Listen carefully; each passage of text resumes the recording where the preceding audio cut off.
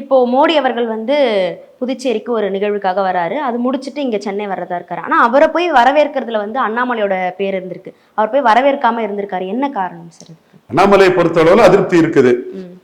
அந்த அதிருப்தி வந்து ஒரு வகையில பாஜக அண்ணாமலையே நீக்கிக்கிட்டு ஒரு பெரிய லீடரே நீக்கிக்கிட்டு 18 விழுக்காடு ஓட்டுக்கு ஒரு ஹீரோவா இருந்தவரை நீக்கிக்கிட்டு 11.4 விழுக்காடு எடுத்தவரை நீக்கிக்கிட்டு நீங்க பெரிய மனிதர் சின்ன புத்தின்னு ஒருத்தரோட ரோல் அதுல இருக்கு.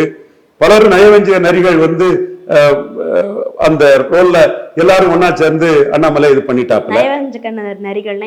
அந்த நரிகளுக்கு தெரியும் நான் யார சொல்றேன்னு